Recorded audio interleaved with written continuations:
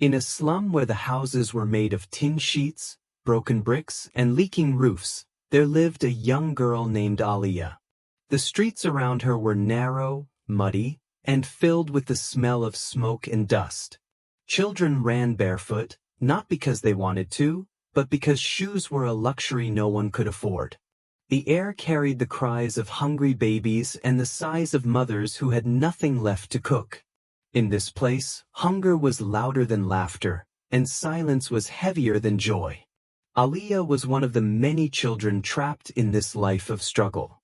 She was small, fragile, and weak, yet there was something in her eyes that made her different. Her eyes held dreams, dreams of a better life, dreams of walking in schools with books in her hands, dreams of living in a house where rain did not pour through the roof, and dreams of eating until her stomach was full. These dreams never left her, even when her reality was filled with nothing but pain. But dreams alone could not fill her empty stomach. Every morning, Aliyah woke up and looked at her hands, tiny, thin, and trembling from weakness. They were always empty, never holding food, toys, or books. These empty hands told the truth that her eyes tried to hide. They told the truth of poverty. Her family had no money, no steady work, and no way to escape the chains of hunger. Her father had left long ago, and her mother worked whenever she could, but even then, it was never enough. Sometimes, Aliyah would watch other children from far away. She would see them eating sweets, laughing, and playing with toys. She would not feel jealousy but a deep ache inside her heart. She would whisper to herself, "One day, maybe I will have that too." She dreamed silently, because in her world, dreams were safer when kept inside. Speaking them out loud only reminded her how impossible they were. Despite the hopelessness around her, Aliyah never let her dreams die. She collected them in her heart like treasures. Every star she saw in the night sky was a reminder of her wish to escape the slum. Every sound of school bells ringing in the distance reminded her of the education she longed for but could not afford. Her eyes sparkled with hope, but her thin body and trembling hands revealed the cruel truth. She was just a poor girl, helpless in the face of poverty. Aliyah's life was a picture of two worlds living side by side, the world inside her heart, full of color and hope, and the world outside her, full of hunger and despair. She was too young to fight against it, yet too strong to give up completely. And in that broken slum, where hunger always spoke louder than laughter, Aliyah carried her silent dreams, waiting for the day they might come true. Every night, when the sky turned dark and the slum was lit only by the faint glow of lanterns and the dim stars above, Aliyah lay down on the thin mat that served as her bed. The cold floor beneath her pressed against her little body, and the holes in the roof let in the night air. Her stomach ached with hunger, the kind of hunger that made her too weak to cry. She closed her eyes, trying to push the pain away, but the emptiness inside her never let her rest. There was no warm blanket to comfort her, no soft pillow to hold her head, and most painfully, no food to ease her hunger. Yet Aliyah whispered to herself every night before sleep, as if she was telling her heart a story. She whispered, "Tomorrow will be better. Tomorrow there will be food. Tomorrow there will be love. Tomorrow there will be hope." These words were not just whispers. They were her shield against despair, her way of surviving another night of pain. She believed in tomorrow because today had given her nothing. Hunger was her companion, loneliness was her shadow, but hope was the little flame that kept her alive. As she drifted into sleep, she imagined plates of food, bread, rice, fruits, things she rarely ever tasted. In her dreams, she pictured herself surrounded by people who loved her, who held her close and told her she mattered. In her imagination, she built a future where poverty no longer chained her, where her dreams could breathe freely. But when she woke each morning, reality was still the same. Her stomach remained empty, her hands remained bare, and her mother's tired face reminded her of the struggles that would not go away. Yet the whispers from the night before gave her strength to get up again. They were like a promise she made to herself, that no matter how bad today was, tomorrow still had a chance to be better. Sometimes, her whispers felt like prayers sent into the sky. She wondered if God heard them. She wondered if the stars she stared at before sleep carried her words to heaven. Perhaps one day, she thought, her cries would be answered, and tomorrow would finally bring the food, the love, and the hope she had begged for. Aliya's nights were a mixture of pain and courage. While her body was weak from hunger, her spirit refused to give up. She clung to hope the way a drowning person clings to a piece of wood in the ocean. Her whispers were not just words, they were her survival. Each night she reminded herself that life, no matter how cruel, could still change. Tomorrow could be the day her dreams began to come true. And so, night after night, on an empty stomach, Aliya whispered to herself. And though her body starved, her heart stayed alive with hope. One evening, as the sun dipped behind the broken rooftops of the slum and the shadows grew longer, something unusual happened. A carriage, shining and expensive, rolled into the narrow streets where no such vehicle had ever been seen before. From it stepped a wealthy man, dressed in fine clothes that seemed out of place among the dirt and poverty. His shoes never touched the mud. His presence was like a storm breaking into a quiet night. The people of the slums stopped and stared. They had never seen someone so rich walk into their world. Children whispered, mothers pulled their little ones closer, and fathers watched silently, unsure of why such a man had come.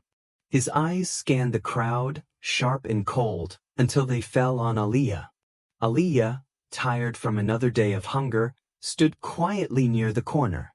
She thought at first that the man might offer help, maybe food or kindness, like someone sent from God to ease their suffering. But the way he looked at her was different. His eyes carried no compassion, no warmth, no mercy. Instead, they were filled with calculation, as if he was measuring her not as a child in need, but as something he could use.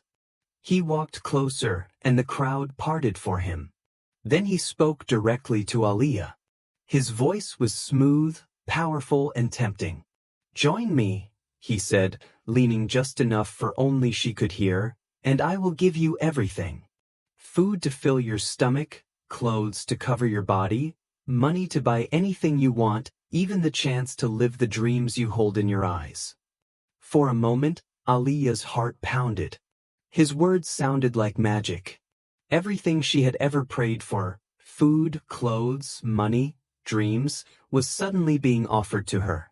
Her mind flashed with pictures of herself eating until full, wearing beautiful dresses, living in a house that did not leak, and maybe even studying like other children. It was a life she had only dared to imagine, and now, here was a man promising it. But there was something unsettling in his tone. His promise felt heavy, not light. His smile did not reach his eyes. Instead of kindness, there was a hunger in his gaze, the kind of hunger that did not care about her well-being but only about what he could gain. Aliya felt both hope and fear battling inside her. Was this her escape from poverty, or was it a trap dressed in golden words? The people around her remained silent, watching closely. None of them dared to speak for her. The slum had taught them that offers like this always came with a hidden cost. Still, the temptation was powerful. For a starving child like Aliya, the promise of food and dreams was harder to resist than anything else. That evening marked a turning point. Aliya stood at the edge of a choice, between hope and danger, between survival and trust. And the wealthy man's words echoed in her ears, like chains wrapped in silk, "Join me, and I'll give you everything." For the first time in her young life, Aliya held bread that was soft and fresh. It was warm in her hands, and when she tore off a piece, the smell made her heart race. Never before had she tasted food that wasn't stale or hard. She ate slowly at first, almost afraid it would vanish, then quickly, as hunger reminded her it was real. Each bite filled her stomach, and for once, the painful emptiness inside her eased. Then came the clothes. Aliyah had always worn dresses that were old, patched, and full of holes. They hung on her thin body like rags, making her feel invisible and unwanted. But now, the man gave her clothes that were new, soft, and colorful. For the first time, she looked at herself in the mirror and didn't see a girl from the slum. She saw someone who could belong in a different world, a world she had always dreamed of but never thought she could enter. Her eyes shone with wonder, and her heart whispered that maybe, just maybe, her life had finally changed. To her, the man's promises no longer sounded like mere words, they felt like miracles. Food, clothes, and comfort had arrived as if her prayers had been answered. She thought of the nights she had spent crying herself to sleep, whispering to God that tomorrow might bring hope. And now, it seemed tomorrow had come. But what Aliyah could not see, what her innocent heart could not understand, was that behind these gifts, there was a trap. The bread was not given out of kindness, and the clothes were not gifts of love. They were bait, carefully designed to make her trust, to make her believe she was safe. The wealthy man's smile was not a smile of generosity, it was a mask hiding his true intentions. Aliyah, still young and desperate, did not know the cruel ways of the world. She did not know that sometimes the most dangerous chains are not made of iron, but of kindness that feels too good to be true. She did not know that food and clothes could be used as weapons, that a full stomach could blind her to the danger lurking nearby. In her heart, she celebrated, thinking she had been chosen for something special. She believed the man was her savior, the answer to her hunger and her dreams. She had no reason to doubt him, no reason to suspect the darkness waiting behind his offers. Poverty had taught her to be grateful for anything, and gratitude made her blind to the warning signs. So, Aliyah smiled as she ate and as she wore her new clothes. She believed she had stepped into a better tomorrow. But in truth, she had stepped into a cage, one built with bread, stitched with clothes, and locked with false promises. And though she did not yet realize it, her freedom was slipping quietly away. Soon, the truth of the man's intentions began to unfold.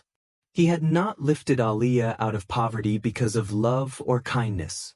Instead, he turned her into a symbol, a face for the world to point at whenever they wanted to see the misery of the poor. Wherever he went, he took her with him, presenting her like an object of pity.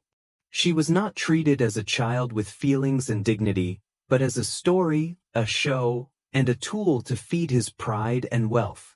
Cameras surrounded her. Bright flashes blinded her eyes as reporters snapped endless pictures. Microphones were pushed toward her face, asking questions she did not fully understand. How does it feel to be poor? What was your life like before he rescued you? She tried to answer, but her words often came out shaky, mixed with fear and shame. And when she could not speak, her tears spoke for her. The world loved those tears. They turned her sadness into headlines, her pain into entertainment. People far away, sitting comfortably in their homes, saw her face on television screens and in newspapers. They shook their heads, some even cried, but most only watched for a moment before moving on with their lives. For them, her suffering was a story to consume and forget. For Aliyah, it was her reality, exposed again and again for strangers to see. The wealthy man smiled through it all. He spoke proudly in front of cameras, acting like a hero. "Look at this poor girl I have saved," he said, raising her hand for everyone to see. He presented her as proof of his generosity, as if she owed her existence to him. Every clap he received, every praise he gained, came from her pain. The bread she ate and the clothes she wore were nothing compared to the humiliation of being turned into a display. Aliya's heart grew heavier each day. At first, she believed she was lucky, chosen for a better life. But as time went on, she realized she was not free. She was trapped in another kind of poverty, one where her dignity was stolen. She had become a picture of misery that others could use to feel good about themselves. Her eyes, once full of silent dreams, now filled with silent shame. Her tears were no longer just her own. They belonged to the flashing cameras, to the reporters who wrote their stories, and to the man who built his image on her suffering. She was still hungry, not for food, but for respect, for freedom, for love that was real. The cruel truth was clear. The world did not want to see her healed, happy, or strong. The world only wanted her pain, because her pain was easier to sell. And so, day after day, Aliya stood before the cameras, her face carrying the weight of poverty, while her heart silently broke. Aliya's pain was no longer her own. Every time she cried, those tears were captured and shown to others, as if they were not signs of her suffering but pieces of a show. Her sobs, which came from a heart weighed down by hunger and loneliness, were used to move audiences.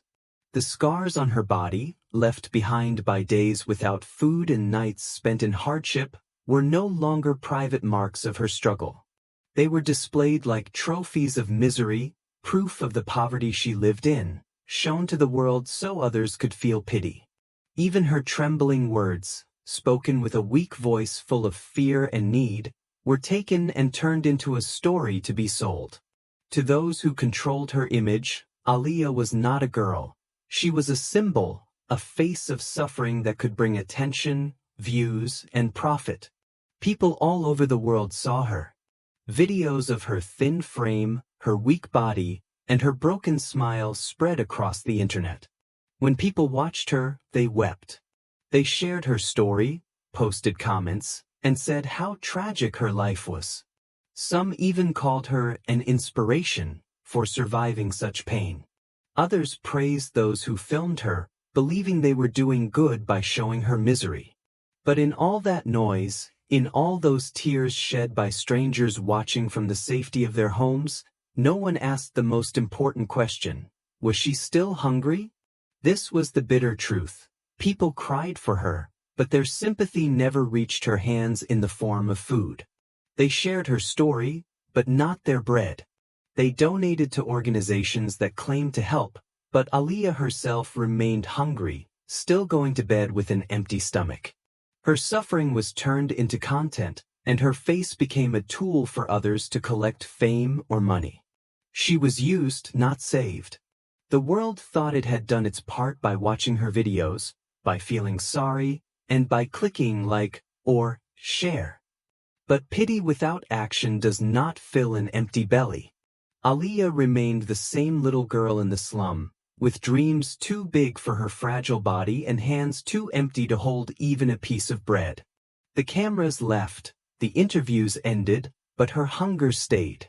In the end, her story showed a painful truth. Society sometimes turns pain into entertainment. The suffering of the poor becomes a stage for the rich to display their kindness. But the ones who cry in front of cameras are often the same ones who sleep hungry behind them. Aliya's scars, sobs, and trembling voice were sold to the world, but her hunger, her real need, was never healed. Donations came from all directions. People around the world sent money, hoping to help the poor girl whose story had touched their hearts. Social media platforms were filled with her face. Every picture, every video, every post about her life gained thousands of likes and shares.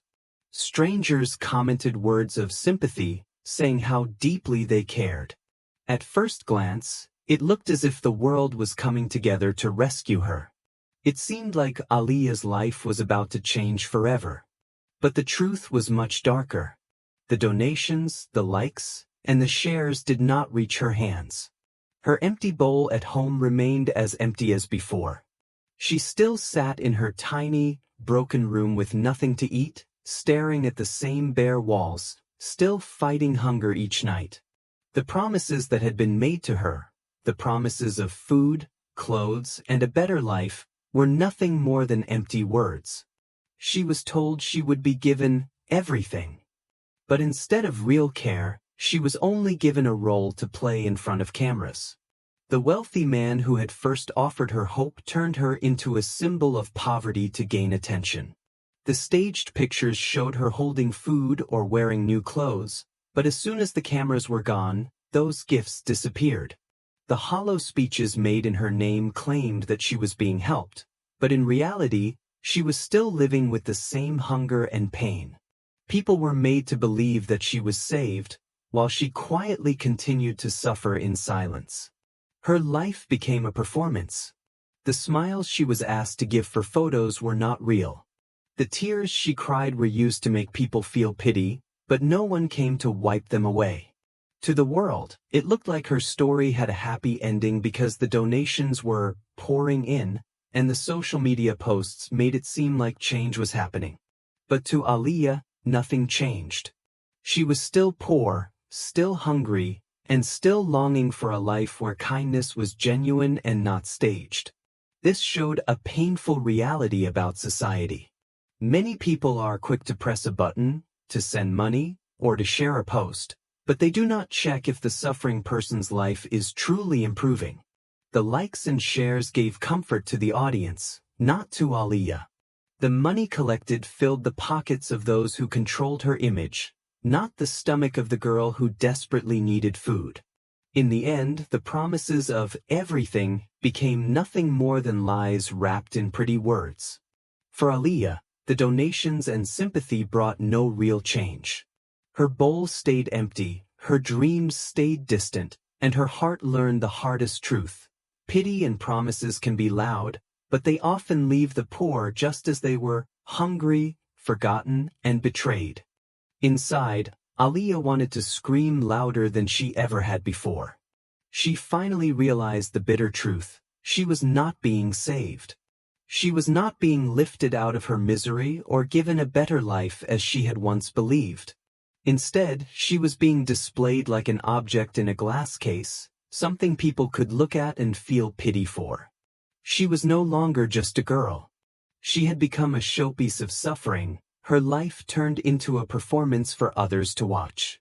Everywhere she went with the wealthy man, cameras followed. They wanted her tears, her weak smiles, her sad expressions. She felt trapped, because if she refused to act or if she stopped looking pitiful, the attention would fade.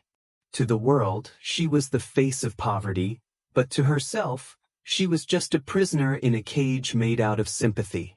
The more people felt sorry for her, the heavier her chains became. Sympathy was supposed to heal, but for Aliyah, it was a chain around her neck.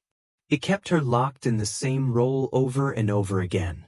She could not escape it. She could not break free to live a normal life, because her pain had become too valuable to others. People wanted to keep seeing her as the poor girl, and the wealthy man wanted to keep using her story to gain more money and fame. Her suffering had become his business. This realization broke her heart. She thought she was going to be rescued, that her days of hunger were finally over. But instead, her poverty became her prison. She was trapped in the image that had been created for her. She was not free to dream, to smile genuinely, or to live like other children.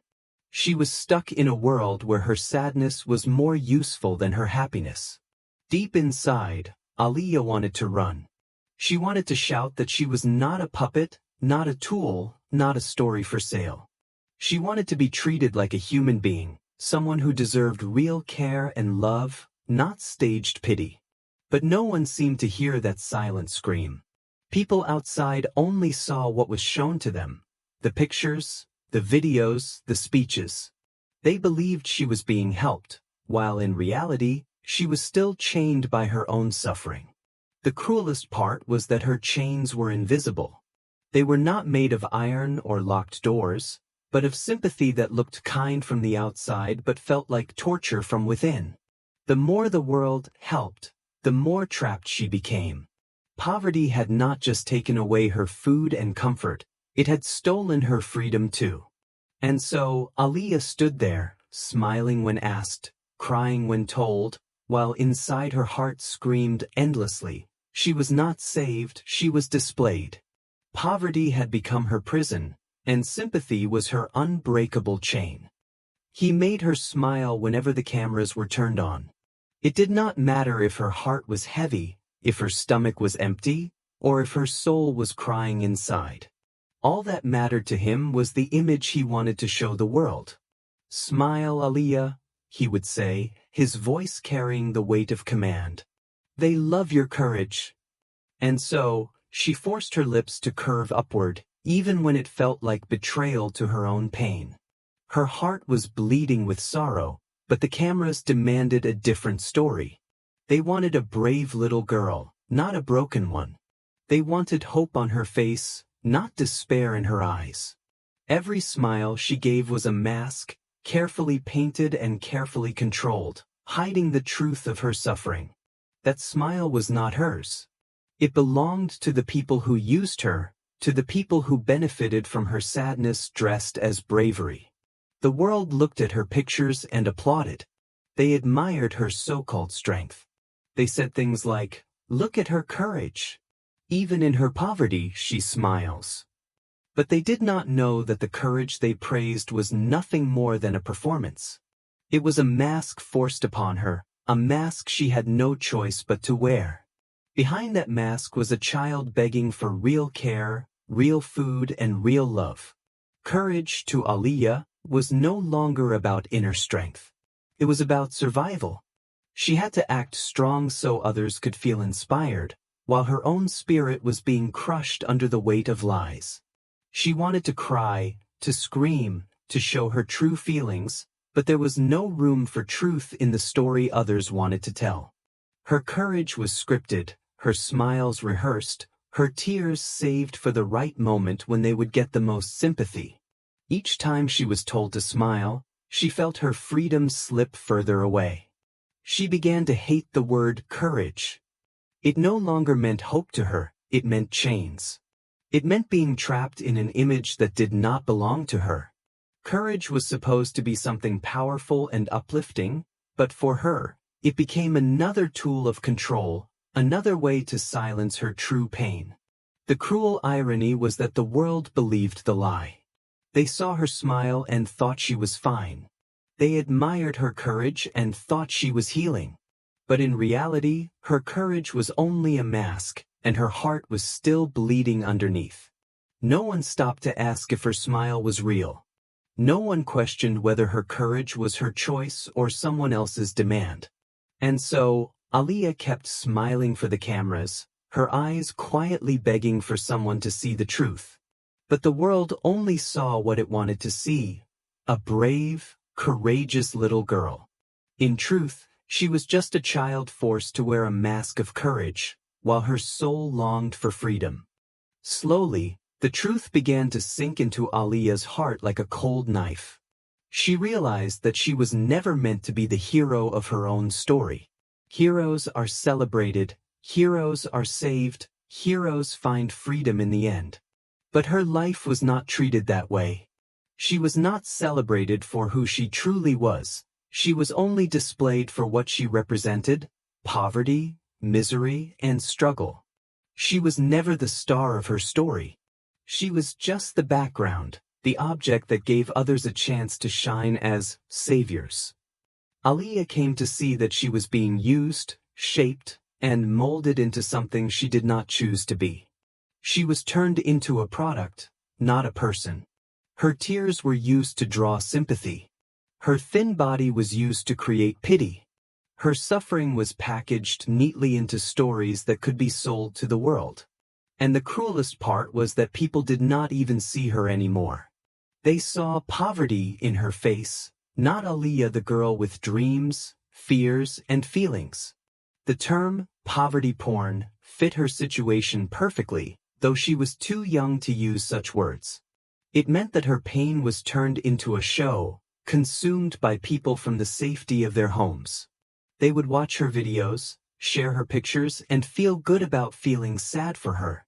But after the screen turned off, They went back to their comfortable lives, leaving her behind in her broken world. Her misery became their entertainment, their emotional release, their proof of generosity. But for her, it remained misery. She thought back to the moments when people called her brave or inspiring. They were not praising Aliyah the person. They were praising the image created out of her poverty. She was the raw material, the substance that others used to build stories of kindness and hope. But in those stories, she was always trapped as the poor girl, the weak one, the helpless one who gave others a chance to look like heroes. The realization crushed her. She wanted to be more than that. She wanted to be someone who studied, someone who dreamed, someone who lived freely. She wanted her story to be about strength, about survival, about overcoming pain. But those who controlled her story never allowed that. For them, her value ended the moment she stopped looking hungry or sad. If she smiled too brightly, if she looked too healthy, the product would lose its appeal. And so, slowly, Aliyah understood that she was not the main character in her life story. She was the product, something created, packaged, and sold in the market of emotions. She was the raw material of poverty porn, a harsh and cruel label for a girl who only wanted to be seen as human. And that truth hurt more than hunger ever did, because hunger could end with food, but being reduced to a product left scars no one could heal. One night, Aliyah could no longer hold back her pain. She stood in front of the small mirror, staring at herself in the clothes they had forced upon her. They were fancy dresses, colorful and expensive, the kind of clothes she had never dreamed of wearing back in her slum. To outsiders, those clothes were proof that she had been saved. They made her look like a success story, a poor girl turned into a miracle. But to Aliyah, those clothes were a costume, a mask that hid her truth. They did not belong to her heart, and they certainly did not heal her hunger or loneliness. With trembling hands, she tore them off and threw them into the corner of the room. The sound of the fabric hitting the floor was like a declaration of war against the lies that had trapped her. Tears filled her eyes, but they were no longer silent tears. They were angry, burning, demanding to be heard. She screamed into the empty room, her voice raw with grief and rage. "You promised me everything. You promised me food, love, safety, a future. But you gave me nothing. You only took away my dignity." Her words echoed like thunder, bouncing off the walls that had held her prisoner. For the first time, she allowed herself to speak the truth she had been forced to bury inside her. The promises had been nothing but illusions. Everything she was told she would receive was nothing more than staged moments for cameras, empty words in hollow speeches. They promised her a life of hope but delivered a cage of shame. The clothes she had thrown away symbolized the trap she had fallen into. To the world, they showed progress. To her, they were chains. Wearing them meant pretending to be someone she wasn't. It meant smiling for strangers while her stomach growled in secret. It meant playing the role of a success story while her soul screamed for freedom. By throwing them away, she was rejecting the lie. She was choosing her truth, even if it left her standing in rags. Her cry about dignity cut deeper than any hunger ever had. Hunger starved her body, but losing her dignity starved her soul. They had stripped her of her right to honesty, her right to live as herself. They had turned her pain into profit, her tears into entertainment, and her life into a show. And in the process, they had stolen the only thing that made her feel human, her dignity. That night, Aliyah's tears were not only of sorrow but of awakening. She realized that no promise, no gift, and no attention was worth losing the essence of who she was. She would rather live poor and free than rich in lies. The fancy clothes lay forgotten on the floor, but her dignity, though scarred and bruised, was slowly rising back inside her. Barefoot and broken, Aliyah finally gathered the courage to leave behind the world of glittering lies. The night was cold, and the streets were rough under her feet, but she no longer cared. Each step she took away from the mansion, away from the cameras, away from the false promises, felt like a small piece of her soul returning to her. She was exhausted, her body weak from hunger, her spirit bruised by betrayal, yet she kept running. She knew she had nothing left there, no love, no care, no real life, only chains disguised as blessings. Her heart pounded, not just from fear of being caught, but from the weight of freedom that was slowly, painfully, becoming hers again. The fancy world she had once thought of as salvation had shown its true face. It was nothing more than a decorated cage. Inside it she had food for show but no nourishment for her soul, clothes for display but no comfort for her heart. She was dressed up like a doll, paraded around as a symbol, but never allowed to truly live. As she ran barefoot, the city lights behind her faded, and she found herself on the narrow paths that led back to the slum she once called home. To many, that place was nothing but dirt and misery, a space of hopeless poverty. But to Aliyah, it was the only place where truth existed. It was where hunger was real, but at least it was honest. It was where pain was not staged, where every tear was her own, not sold to strangers for sympathy. Her body ached, her feet cut and sore from the rough ground, but her spirit began to feel lighter. For the first time in a long while, she was not pretending. She was not forced to smile, not told to act brave, not ordered to wear clothes that did not belong to her. She was simply Aliyah again. A poor girl, yes, but a real one. A girl who owned her truth, even if that truth was full of struggle. When she finally reached her slum, the sight of the small, broken huts brought tears to her eyes. To others, it might have looked like misery, but to her, it was freedom. Here, she was no product. Here, she was not a showpiece for cameras. Here, her hunger was real, her laughter, when it came, was real, and her dignity was her own. In that moment, she realized something powerful. Even in poverty, even in struggle, life was better than living in a lie. Truth, no matter how painful, was sweeter than false comfort. Hunger was heavy, but not as heavy as the shame of being used. Aliyah chose the slum, chose her people, chose her dignity. She left behind the decorated cage forever, walking into a life of honesty, where she could be poor but free. When Aliyah returned to her slum, she feared people might reject her. She thought they might look at her differently because she had been part of the rich man's world. But instead, her people opened their arms and embraced her. They pulled her close, wiped her tears, and welcomed her back as if she had never left. Their homes were small, their clothes were old, and their hands were rough from hard labor, yet the love in their hearts was pure and endless. They had nothing material to offer her, not food, not money, not comfort, but what they gave her was more valuable than all of those things: honesty, belonging, and unconditional care. One of the elders spoke words that would stay with Aliyah forever. He said softly, "We are poor, Aliyah, but we are not for sale." Those words were like a shield, protecting her from the lies she had just escaped. She realized that while poverty had always been their struggle, they had never sold their dignity to anyone. They chose to remain true to themselves, no matter how heavy their hunger, no matter how painful their lives. Unlike the wealthy man who had used her, these people valued truth over pretense. In that moment, Aliyah felt something she had been missing all along: real love. It was not the fake admiration of strangers who clicked like on her pictures. It was not the empty promises of someone who said they would give her everything.